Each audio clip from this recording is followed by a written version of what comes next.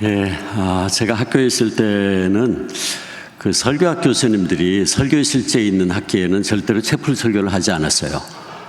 그 설교 실제 시간에 학생들 설교를 열심히 교수님들이 평가를 하느라고 이제 채플 시간에 교수님들이 설교를 하면, 특별히 설교학 교수가 설교를 하면 학생들이 불꽃 같은 눈동자로 쳐다보고 당신은 어떻게 하나 보겠습니다 했던 그런 기억이 납니다. 그런데 이제 학교 떠난 지 10년 돼서 오늘은 편한 마음으로 제가 여러분들과 함께 말씀을 나누게 되었습니다. 기도하겠습니다. 아버지 하나님, 감사합니다. 귀한 시간 또 저희들에게 허락하셔서 말씀 안에서 교제하게 하시니 감사합니다. 성령님, 이 시간 우리 가운데 임재하심을 감사합니다. 우리 한 사람 한 사람에게 친히 말씀하여 주시옵소서. 예수님의 이름으로 기도합니다. 아멘. 우리가 방금 읽은 로마서의 전체 그 주제를 한마디로 요약하라고 하면 로마서의 주제는 하나님의 복음입니다. 아예 한 단어로 로마서를 줄여보십시오라고 물어보신다면 로마서의 주제는 복음입니다. 예수 그리스도를 믿음으로 말미암아 죄사함 받고 구원받아 하나님의 자녀가 된다라고 하는 그 복음. 바울은 그 복음을 위해서 로마서를 썼습니다. 그래서 로마서의 서론이라고 할 수 있는 로마서 1장 1절부터 17절까지 그 짧은 절수 안에서 바울은 복음이란 말을 7번 반복해서 강조합니다. 그리고 14절에 보면 나는 그 복음의 빚진 자입니다 라고 고백을 하죠. 근데 사실 바울은 복음 그 자체이신 예수 그리스도를 핍박하던 사람이었죠. 바울 자신의 고백대로라면 그는 비방자요, 폭행자요, 죄인 중에 괴수였습니다. 그런데도 하나님께서는 그의 그런 모든 악행과 불순종을 용서하시고 그를 주님의 제자로 삼아주셨죠. 바울은 하나님의 엄청난 긍휼과 은혜를 받은 겁니다. 그가 다메섹 도상에서 부활하신 주님을 만나 뵙고 자기가 얼마나 놀라운 하나님의 사랑과 은혜의 빚진 자인가 하는 것을 깨달은 바울은 그 순간부터 주님 앞에 가는 순간까지 복음을 전하는 삶을 살게 됩니다. 그래서 오늘 본문 15절에도 보면 그는 매우 의미 있는 이야기를 합니다. 그는 말하기를 나는 할 수 있는 대로 로마에 있는 너희에게도 복음 전하기를 원하노라, 그렇게 고백합니다. 근데 우리가 이 말을 가만히 생각해 보면 좀 이상합니다. 지금 바울은 로마에 있는 로마 교회에게 로마서 편지를 쓰고 있는데 교인들한테 편지를 보내는데 인사말이 끝나자마자 내가 너희에게 복음을 전하겠다는 거예요. 여러분, 이거 좀 이상하지 않은가요? 복음은 주로 누구에게 전하죠? 안 믿는 자에게 전하는 거예요. 근데 바울은 지금 믿는 자들의 공동체인 로마 교회를 향해서 편지를 쓰는데 내가 너희에게 복음을 전하겠다는 거예요. 이상하죠? 바울은 왜 복음이란 안 믿는 자에게 전하는 것임에도 불구하고 이렇게 로마 교회를 향해서 편지를 보내면서 복음을 전하겠다고 말하는 걸까?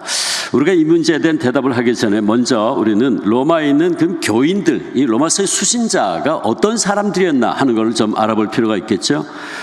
그들이 어떤 사람이었는지는 로마서 1장 6절과 7절 보면 나와 있습니다. 거기 이런 말씀이 있어요. 너희도 그들 중에서 예수 그리스도의 것으로 부르심을 입은 자니라. 로마에 있어 하나님의 사랑하심을 입고 성도로 부르심을 입은 모든 자에게 하나님 우리 아버지와 주 예수 그리스도로부터 은혜와 평강이 있기를 원하노라. 아멘.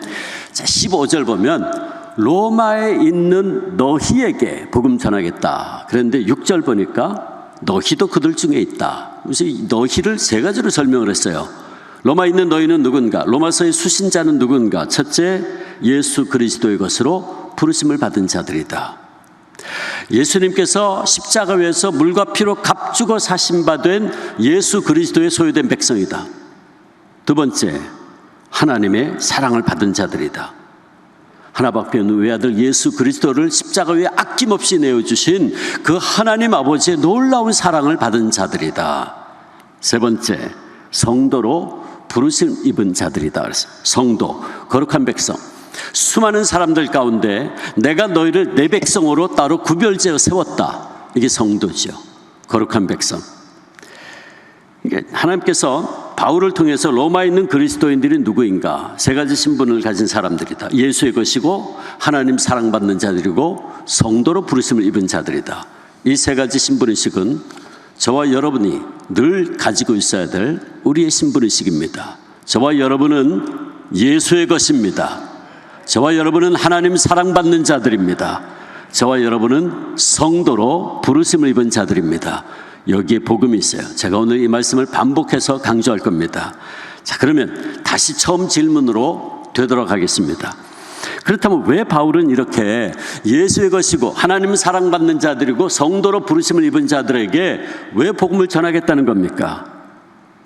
이상하죠. 바울이 지금 뭔가 착각하고 있는 건 아닐까요?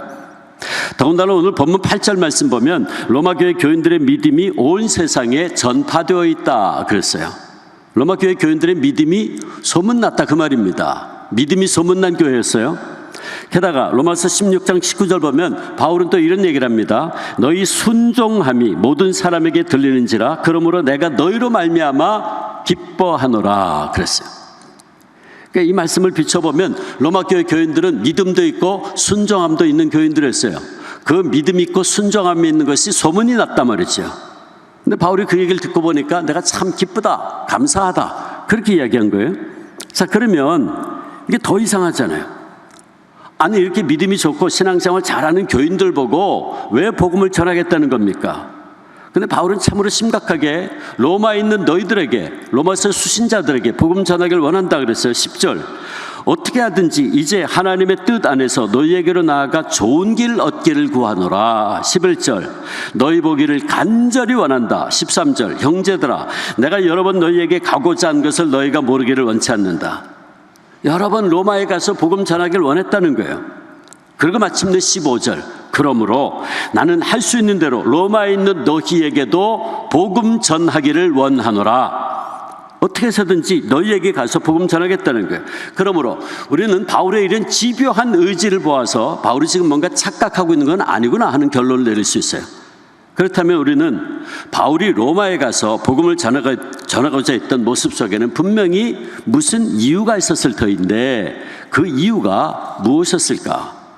이 문제에 대해서 많은 성경학자들이 논란했어요. 제가 주석을 찾아보니까 대답이 여러 가지가 있더라고요. 그 내용을 다 소개할 수는 없고 결론만 말씀드리면 결론이요 너무 쉽습니다. 아니 너무 당연합니다. 근데 우리는 이게 너무 당연하기 때문에 무시하고 지내고 있는 것은 아닌지 모르겠어요. 대단한 게 아니에요. 결론은 이겁니다. 복음은 하나님을 알지 못하는 세상 사람들에게만 필요한 것이 아니라 이미 하나님을 믿고 있는 사람들에게도 여전히 필요하다라는 것입니다. 로마에 있는 너희에게 내가 복음을 전하겠다는 바울의 이 말은 복음은 로마 교회에 또다시 들려져야 된다는 말씀이죠. 복음은 믿는 자들에게도 계속해서 들려져야 한다는 것입니다. 왜 그럴까요? 우리가 이에 대해서 대답을 하려면 또 잠시 로마 교회에 대해서 알아볼 필요가 있어요. 로마 교회는 바울이 지금 이 로마서를 쓰고 있을 때에 벌써 적어도 20년에서 25년의 역사와 전통을 자랑하던 교회였어요. 누가 세웠나 모릅니다. 그러나 적어도 바울이 고린도에서 이 서신을 쓰고 있을 당시 로마에 있는 교회는 이미 20년에서 25년의 역사와 전통을 가진 교회였다. 따라서 벌써 로마 교회 안에는 첫 믿음의 순수성과 첫사랑의 열정을 잃어버려가는 성도들이 나타나기 시작했다는 사실이에요. 이것이 로마 교회가 복음을 다시 들어했던 첫 번째 이유입니다. 게다가 로마 교회는 유대인들과 이방인들로 구성된 혼합 공동체였죠. 근데 문제는 이 두 집단 사이에 갈등이 생겨나기 시작했어요. 그 갈등은 구원에 대한 서로 다른 신학적인 주장 때문이었죠. 유대인 그리스도인들은 이방인 그리스도인들도 예수를 믿는 것 외에 율법을 준수하고 할례를 받아야 될 것을 강조했어요. 그 결과 갈등이 생겼죠. 근데 문제는 로마 교회 교인들 가운데 율법을 구원의 필수 조건으로 내세우는 자들이 나타나기 시작했다는 사실이에요. 이게 나중에 로마 초대교회 전체의 문제이기도 했지만 예를 들어 갈라디아서는 율법과 믿음의 문제죠. 전체가 다. 그러므로 율법을 구원의 조건으로 내세우는 사람들이 나타나기 시작했다. 이것이 로마 교회가 복음을 다시 들어했던 두 번째 이유입니다. 셋째, 그 당시 로마는 전 세계 죄악을 다 모아놓은 그런 곳이었어요. 우상을 섬기고 성적으로 문란하고 타락이 극에 달해 있었고, 그러면서도 정치적으로는 전 세계를 지배하던 교만한 도시, 이게 로마였어요.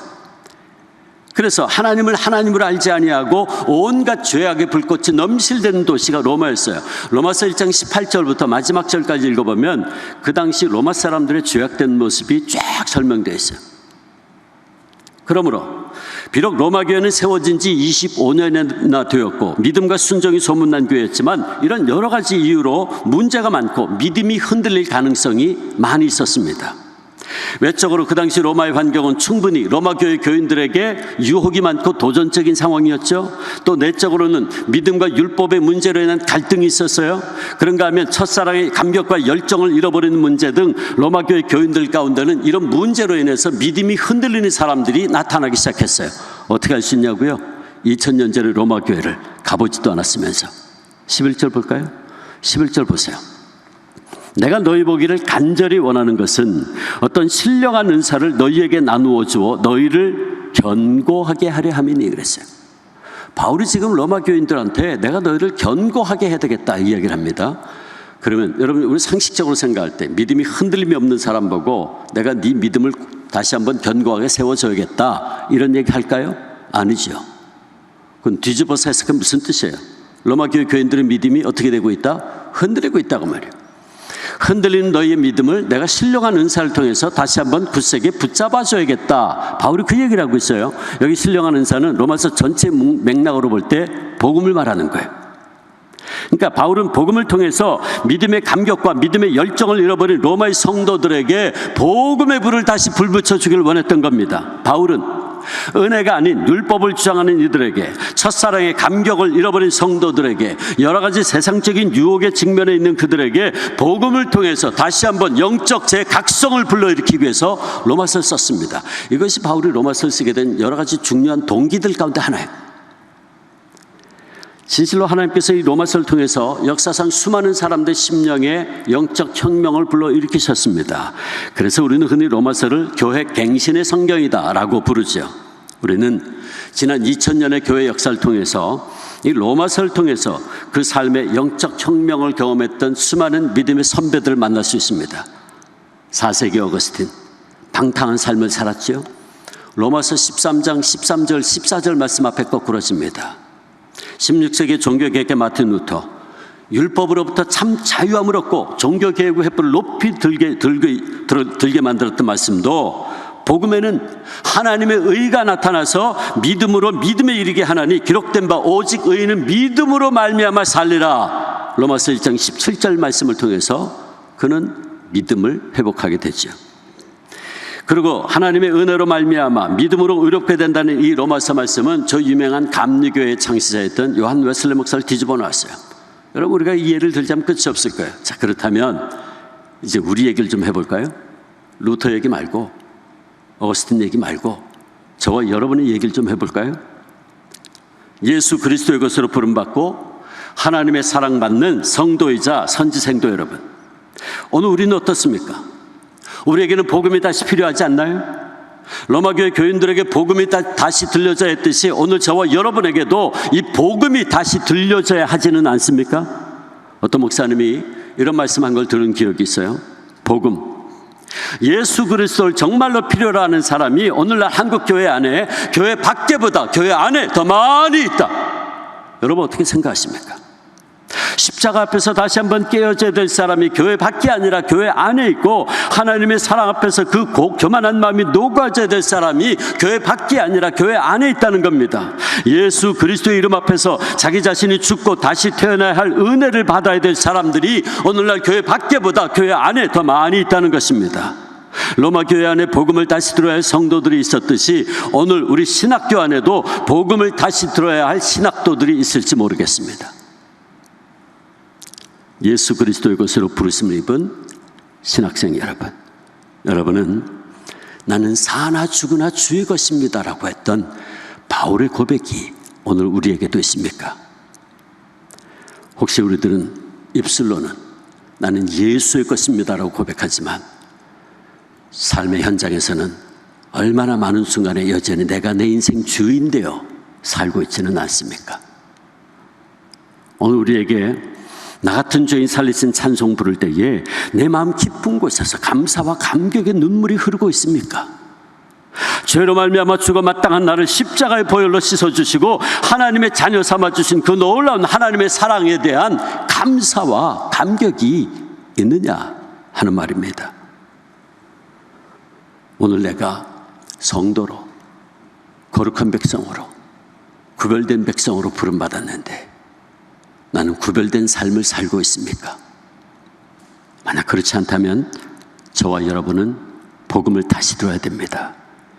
제가 전에 섬기던 교회에서 그 당시 46살밖에 되지 않은 한 집사님이 갑자기 뇌졸중으로 미처 손을 쓸 틈도 없이 세상을 뜬 사건이 있었습니다. 제가 잊을 수 없는 분 가운데 한 분이에요.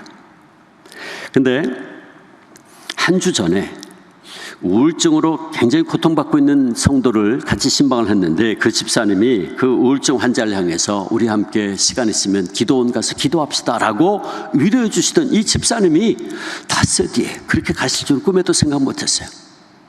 그러나 우리는 그 황망함 속에서도 그분을 주님께 보내드릴 수 있었습니다. 왜냐하면 그분은 언젠가 저한테 그렇게 얘기했던 분이었어요. 정말 맑은 심령을 소유한 분이었는데 그렇게 많이 배우지는 않은 분이었어요. 하루버럭 하루를 힘들게 살던 분이었죠. 그런데 언젠가 저한테 그런 얘기를 해요. 목사님, 나 같은 거, 나 같은 보잘것없는 거 그냥 내버려두면 지옥의 땔감으로 밖에 쓸모없던 나를 위해서 예수님 십자가 위에서 물과 피를 다 흘리시고 날 구원해 주셨어요. 날 예수의 것 삼아 주셨어요. 제가 받은 그 사랑 생각하면 얼마나 감사한지 모릅니다. 그는 그렇게 고백하던 분이었어요. 그러기에 우리는 그분이 가신 곳이 어딘지 너무나 분명히 알고 있었기에 그분을 보내드릴 수 있었습니다. 그는 내가 누구인지, 내가 예수의 것이고 내가 하나님 아버지 그 놀라운 사랑받은 자요, 내가 부름받은 성도라고 하는 사실을 너무나 분명히 확신하고 있었던 분이었어요. 그렇다면 제가 이 시간 감히 신학생들인 여러분에게 도전적인 질문을 해보겠습니다. 여러분은 오늘 밤 내가 그렇게 주님의 부름을 받는다면 주님, 저를 주님 계신 것으로 불러주시니 주님 감사합니다. 저는 주님의 것입니다. 저는 사나 죽으나 주님의 것입니다. 하나님의 사랑받은 자임을 믿습니다. 고백할 수 있습니까? 만약 이 질문에 혹시 우리들 가운데 단 한 분이라도 대답할 수 없다면 그가 복음을 다시 들어야 돼요. 여러분, 교회 10년 출석하고 20년 출석하고 어머니 뱃속에부터 교회 다닌 모태신앙 다 소용없어요. 신학생, 전도사, 목사, 신학교 교수 다 소용없어요.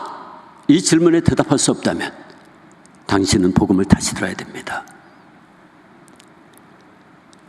여러분, 솔직히 이 시간 우리 자신을 돌아볼 때 우리들 가운데 복음에 대해 불감증에 걸린 분은 없습니까? 감격을 잃어버리고 감사를 잃어버리고 눈물을 잃어버리고 있지는 않나요? 예수도 있고 구원도 있다고 가르치고 주일에는 교회 앞에서 설교도 하지만 우리 심장에는 주님의 뜨거운 보혈이 말라버린 것은 아닌가요? 신학교에 입학했을 때는 활활 타오르는 뜨거운 횃불과도 같았는데 어느 틈엔가 그 횃불이 모닥불이 되어버리고 이제 신학교 졸업반이 되어서 다 타버린 죄만 남아있는 모습은 혹시 아닌가요? 그렇다면 이게 웬일입니까? 복음의 뜨거운 열정으로 예수 그리스도의 이름만 들어도 눈물이 흐르고 내 심령 깊은 곳에서 감사와 감격이 넘쳐흐르던 심령이 시간이 흘러감에 따라 이렇게 차가운 잿덩이가 되고 있다면 이거 어떻게 해야 됩니까? 누구 탓입니까?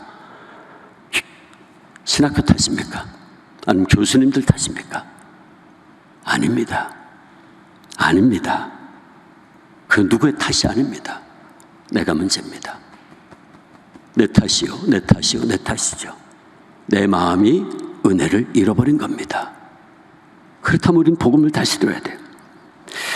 제가 학교에 있을 때 한 번은 채플 때에 외부에서 오신 강사 목사님이 설교를 하는데 본문을 저는 이제 예배 시간 때마다 채플 시간 때마다 늘 이제 외부 강사님들 오시면 설교 제목 뭔가 본문이 뭔가 그걸 제일 먼저 봐요. 근데 그날따라 딱 봤는데 본문이 요한복음 3장 16절 17절이었어요. 근데 제가 그 말씀을 딱 읽는 순간 제 마음에 걱정이 됐어요.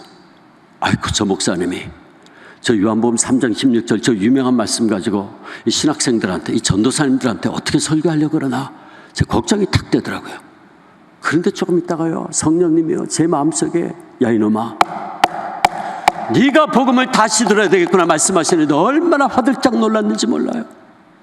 하나님이 세상을 이처럼 사랑하사 독생자를 주셨으니 이는 저를 믿는 자마다 멸망치 않고 영생을 얻게 하려 하심이라. 이 말씀은 듣고 또 들어도 그렇죠 주님, 그렇죠 주님, 날 위해서 주님 십자가 달려 죽으시고 날 구원해 주셨죠. 나에게 영상을 베풀어 주셨죠. 그렇죠 주님. 감사하고 또 감사해도 부족할 판에 아이고 저 목사님이 저 말씀 가지고 어떻게 설교하려고 그러나, 네가 복음을 다시 들어야 되겠구나 말씀하시는데 얼마나 화들짝 놀랐는지. 여러분, 그러게 복음은 다시 들려줘야 돼요. 복음은 날마다 우리에게 다시 들려줘야 돼요. 그래야 은혜가 메말라 병들어버린 심령이 은혜의 담비가 내리게 돼요. 그리고 말라 비틀어진 심령이 하늘에서 쏟아져 내리는 은혜의 담비를 맞고 소생하는 기쁨과 감격이 되살아날 수 있게 돼요. 그래서 주 예수 이름만 들어도 또다시 눈물이 흐르고 내 심령 깊은 곳에서 감사와 감격이 넘쳐나고 마침내 바울처럼 복음을 전하지 않으면 견딜 수 없는 심령이 되는 겁니다. 저는 제 심령이 메말라지고 기도의 문이 막힐 때마다 늘 되새기는 명상이 한 가지 있어요. 그는 일제시대 신사참배를 반대하시다가 순교하신 제 할아버님, 고 주기철 목사님 남기신 고난의 명상입니다. 그분 감옥에서 고문당할 때마다 이 고백을 하셨다 그래요. 주님을 위하여 오는 고난을 내가 이제 피하였다가 이 다음 내 무슨 낯으로 주님을 대하오리이까. 주님을 위하여 이제 당하는 수옥을 감옥의 갇힘을 내가 피하였다가 주님께서 너는 내 이름과 평안과 즐거움은 다 받아 누리고 고난의 자는 어찌하고 왔느냐고 물으시면 나는 무슨 말로 대답하랴. 주님을 위하여 오는 십자가를 내가 이제 피하였다가 이 다음 주님께서 너는 내가 준 유일한 유산인 고난의 십자가는 어찌하고 왔느냐고 물으시면 나는 무슨 말로 대답하랴. 그분은 참으로 엄청난 고난의 세월을 보낸 분이었습니다. 저는 어렸을 때부터 주 목사님 고문당한 얘기를 참 많이 아버님들 통해서 들었어요. 언젠가 한 번은 저희 숙부님께서 저한테 이런 얘기를 해준 적이 있어요. 저희 숙부님 초등학교 시절에, 그때 저희 집에 초등학생 나이였던 저희 숙부님, 그리고 할머님, 그리고 제 증조 할머님, 주기철 목사님 친어머님, 세 식구가 있었어요. 그런데 평양 형무소에서 목사님한테 면회를 오라고 목사님 가족이 연락이 온 거예요. 평소에 면회를 가도 면회를 안 시켜주던 사람들이 면회 오라 그러니까 제 가족이 아유 감사합니다 달려갔대요. 그때 그날따라 평양 형무소장이 문 앞에서 기다리고 있더래요. 그러면서 하는 얘기가 그동안 주 목사님 고생을 너무 해서 자기들이 목사님을 풀어드리기로 결정을 했다 그러더래요. 아니 면회도 안 시켜주던 사람들이 목사님 모시고 나가라니까 믿기진 않았지만 감사합니다 인사를 했더니 그 다음에 드릴 말씀 하나 더 있다 그러더래요. 뭐냐 그랬더니 목사님 자기들이 차까지 대접해 드릴 테니까 차 안에 모시고 가다가 평양에 서기산이라고 하는 곳에 큰 평양 신사를 세워놨었거든요. 그 앞에서 목사님 차에서 내릴 필요도 없고 차 창문만 조금 내려가지고 목사님이 그냥 고개만 한번 까딱 해주시면 됩니다. 그러면 아무도 보는 사람 없으니까 목사님 체면도 서고 또 목사님도 한 번 정도 까딱 해주셔야 자기들도 체면 서니까 서로 좋은 게 좋은 거니까 그렇게 합시다 그러더래요. 저희 할머니가 그 얘기를 딱 듣자마자 그렇다면 모시고 나가지 않습니다. 이런 제 거절했어요. 그랬더니 그래? 어디 보자. 그때 지하실로 데려가 내려가더래요. 그때 평양 형무소에 면회소가 3층에 있었는데 지하실로 데리고 내려가더래요. 이상하다 싶었지만 면회시켜준다니까 내려갔대요. 조그만 방에 차가운 시멘트 바닥에서 앉아서 기다리라고 그러더래요. 저 숙부님 보니까 큰 유리문이 하나 있는데 건너편에 큰 방이더래요. 누런 등이 희미하게 켜져 있는데 가만히 보니까 그 안에 밧줄이 있고 검도가 있고 칼이 있고 뭐 별게 다 있더래요. 그게 평양 형무소 지하 고문실이었어요. 근데 저희 숙부님은 그걸 보고 있는데 조금 있다가 보니까 당신 아버지가 간수의 등이 옆에 나오는데 목사님 얼마나 고문을 당했는지 옆에 나오시더래요. 나오시다가 가족이 있는 걸 보시고 반가우니까 손을 이제 흔드셨어요. 그래서 저희 숙부님도 당신 아버지가 나오니까 이제 반가우니까 손을 흔들었는데 형사들이 딱 두 팔을 딱 잡더니 목사님 두 팔을 딱 잡더니 공중에다가 그네처럼 매달아 놓더래요. 대롱들에 매달아 놓고요. 그 다음에 조금 있다 보니까 삥 둘러섰는데 몽둥이들을 들고 있더래요. 그 중에 검도를 들고 있는 녀석이 기합소리를 내면서 야! 그러면서 목사님을 빡 때리더니 밀더래요. 목사님 그네처럼 매달려 있으니까 때리고 미니까 반대편에 있는 녀석이 또 빡! 나중에 양 사방에서 몽둥이로 내리치는데 저 숙부님 초등학생이 말이에요. 자기 아버지가 그렇게 비참하게 얻어맞는 모습으로 놀래가지고 벌벌 떨고 있고 저희 할머니 옆에서 눈 감고 기도하시고, 저희 정조 할머니 당신 아들이 당신 눈앞에서 그렇게 비참하게 얻어맞는 모습 보시고 금방 절도하시고, 저희 숙부님 보니까 자기 아버지가 한 20대 맞으니까 기절하시대요. 기절하신 분을 찬물을 끼얹더니 내려서 마주보고 앉히더래요. 나오더니 저희 할머니한테 와서 욕을 하면서 위협하는 거예요. 네 남편 빨리 회유하고 신사 참배하고 데리고 나가라 말이지. 말을 안 듣죠. 저희 할머니 계속 눈 감고 기도하시니까 한 녀석이 약이 올랐는지 워카발로 저희 할머니가 앞가슴을 발로 차는데 저리 나가 동그라지는데 쫓아와가지고요, 두 녀석이 발로 차고 짓이기고 하면서 별의별 욕을 다 하더래요.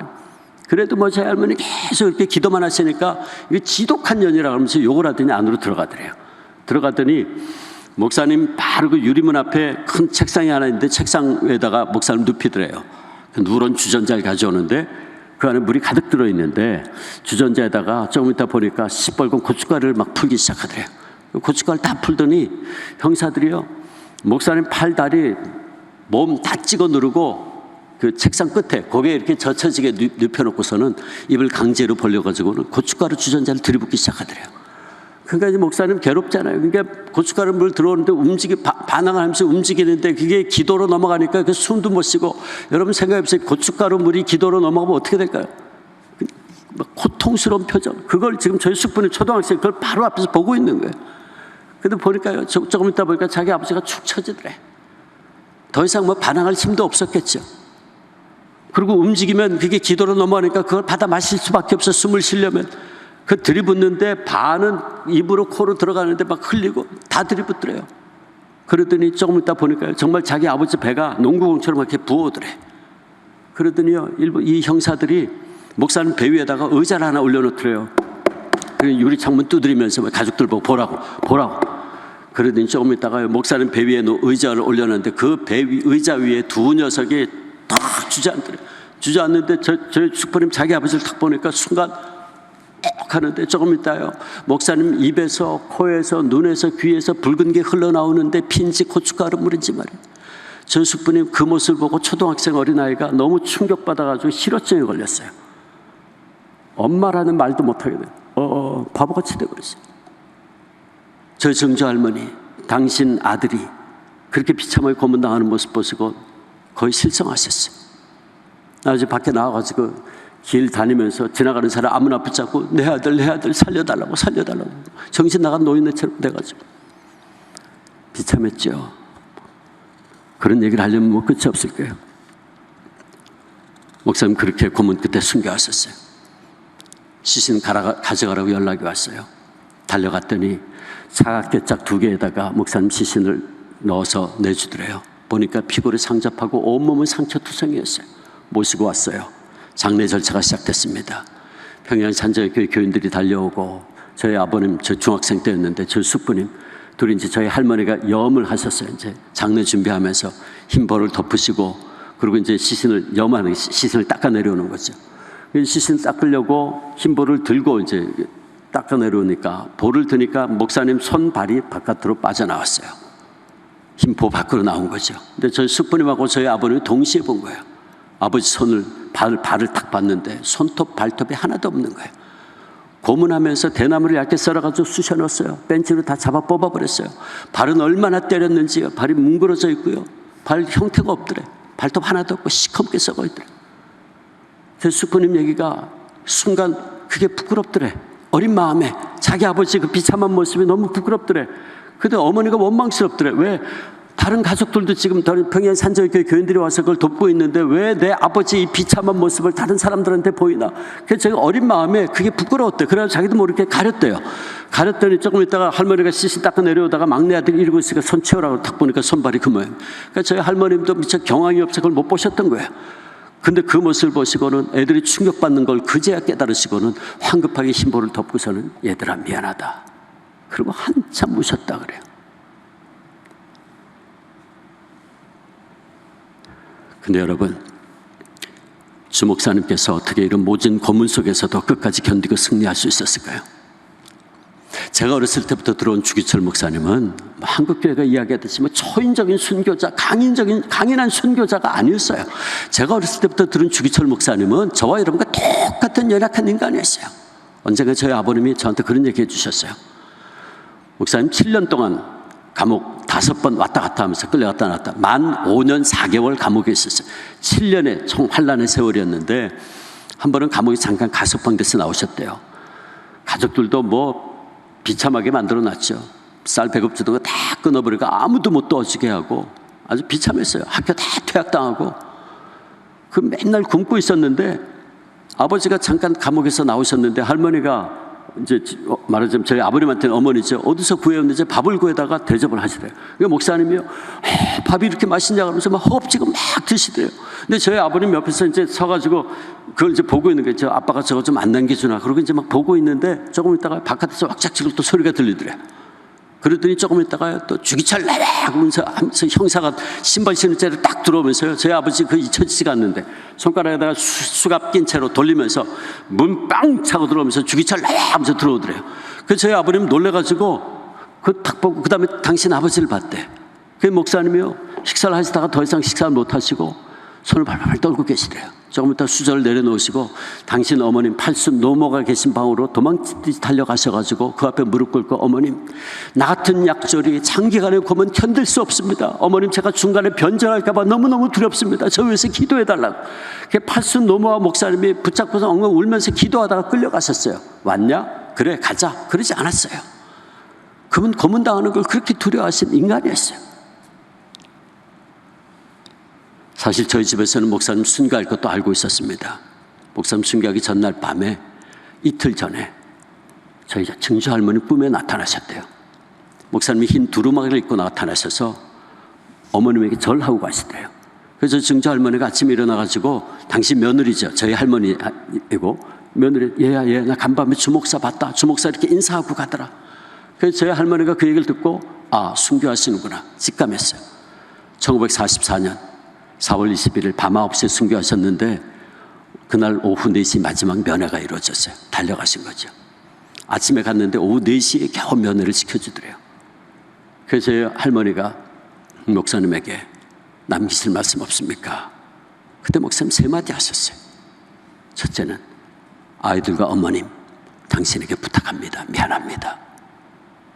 그는 아들로서 어머니를 복양하지 못하고 늘 잡혀다니는 것을 가슴 아파했던 아들이었어요. 병든 아내, 제대로 돌보지 못함을 가슴 아파했던 필부였어요. 아이들 교육 못 시키고 맨날 퇴학당하고 가슴 아파했던 아버지였어요. 그리고 두 번째가 내 주님 앞에 가면 조선교회를 위해서 기도하겠습니다. 내가 하늘에 미랄되기 원합니다.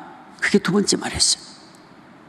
그러고 들어가시는데 저희 할머니 너무 섭섭해서 그래도 또 하실 말씀 없습니까? 간수둥이 옆에 가시다가 뒤돌아보시면서 여보 나 따뜻한 숭늉 한 사발 마시고 싶소. 마지막 말이었습니다.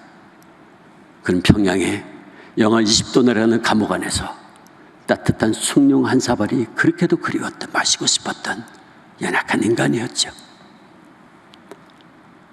그런데 그렇게 연약한 사람이 어떻게 그 모진 고문과 고통을 견디고 승리할 수 있었을까요? 여러분, 그건 인간의 연약한 힘과 의지로 할 수 있는 일이 아니었어요.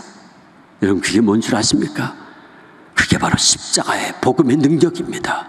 그게 십자가의 복음의 능력이에요. 그는 고통 속에서도 계속 십자가의 복음을 붙잡고 있었어요.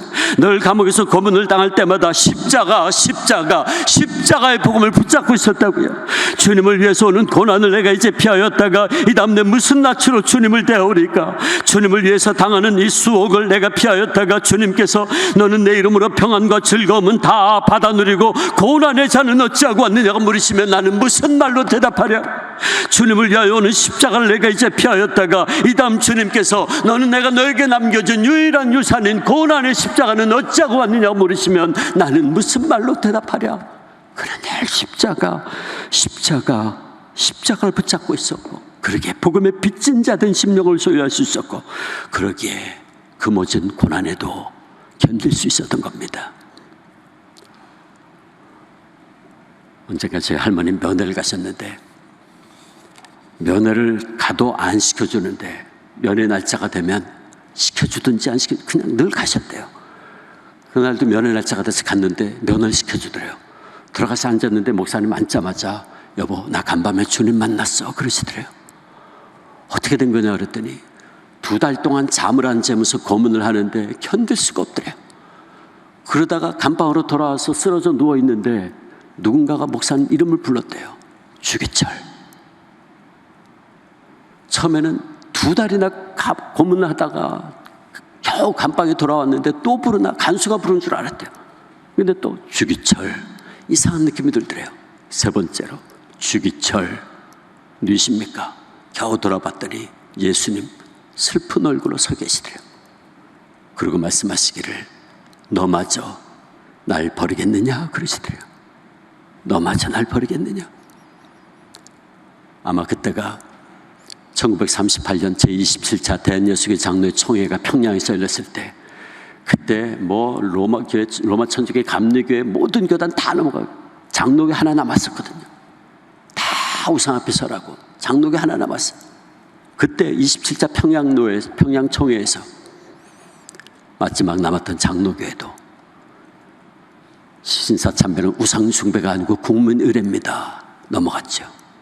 그때 신사참배 반대하는 목사들 감옥 다 가뒀거든요, 미리. 그때 아마 주님 나타나신 것 같아요. 너마저 날 버리겠느냐?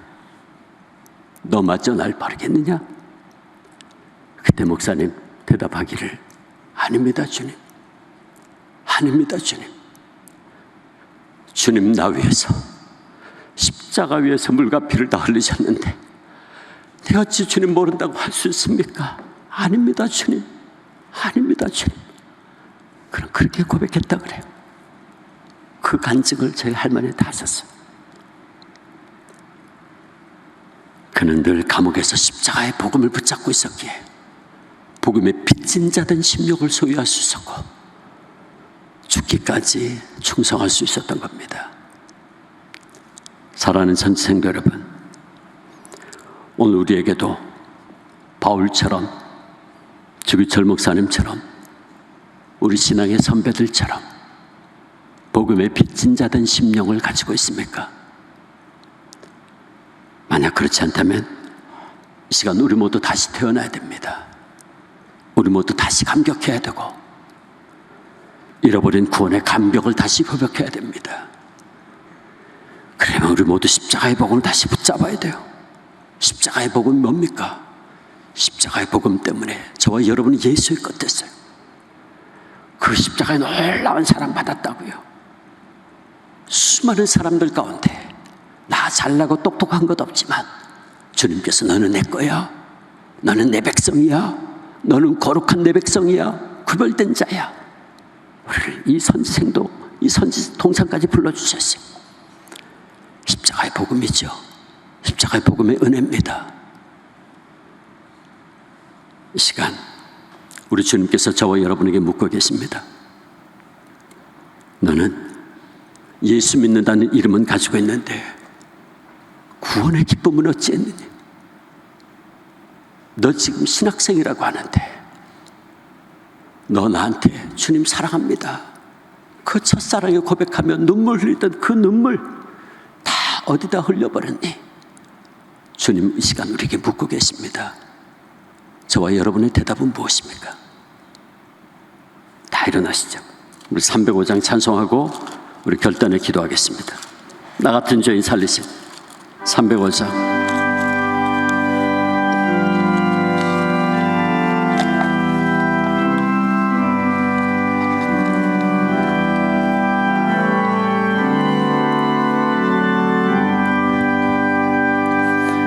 나 같은 죄인 살리신 주의 놀라운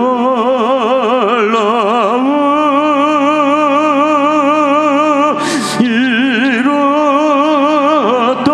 생명 찾았고 광명을 얻었네. 근세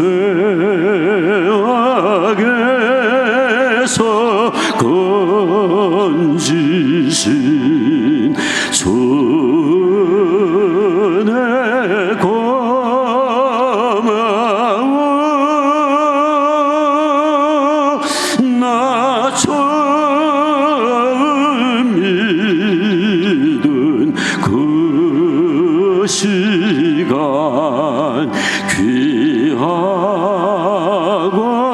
귀하다. 우리 가슴에 손을 얹고 이제껏 내가 산 것도 주님의 은혜라.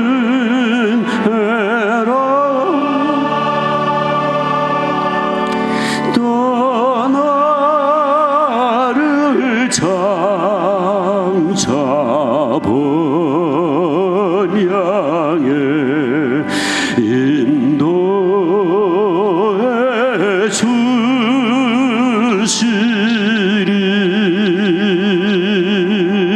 거기서 우리 영원히 주님의 은혜로 해처럼 밝게 살면서 주 찬양하리라.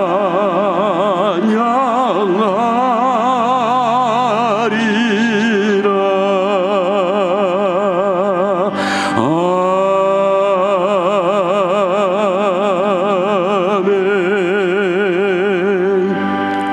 여러분, 이 시간 우리 함께 같이 통성으로 기도하겠습니다. 통성으로 기도하실 때 여러분 먼저 우리 회개하는 기도하겠습니다.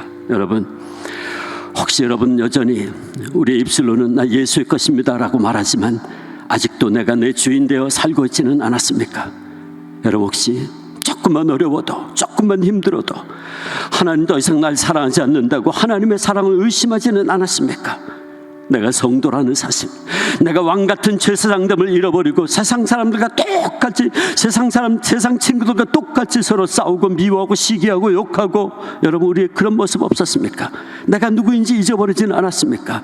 이 시간 먼저 회개하는 기도하겠습니다. 그러고 나아가 내가 이제 예수의 것이라는 것, 내가 너무나 놀라운 십자가의 사랑받은 하나님의 아들 딸이라는 것, 내가 왕같은 제사장임을 감사하고 이 십자가의 복음 나아가서 아직도 이 복음 알지 못하고 있는 이들에게 제가 이 복음 전하겠다고 이 시간 주님 한번 부르고 결단은 기도하겠습니다. 주님, 아버지 하나님, 아버지 하나님, 이 시간 저들에게 다시 한번 말씀 들려주시니 주님 감사합니다. 아버지, 그런데 이 시간 돌이켜봅니다. 아버지, 내가 누구인지를 잃어버리고 살았던 순간이 너무나도 많았음을 이 시간 고백하지 않을 수 없습니다.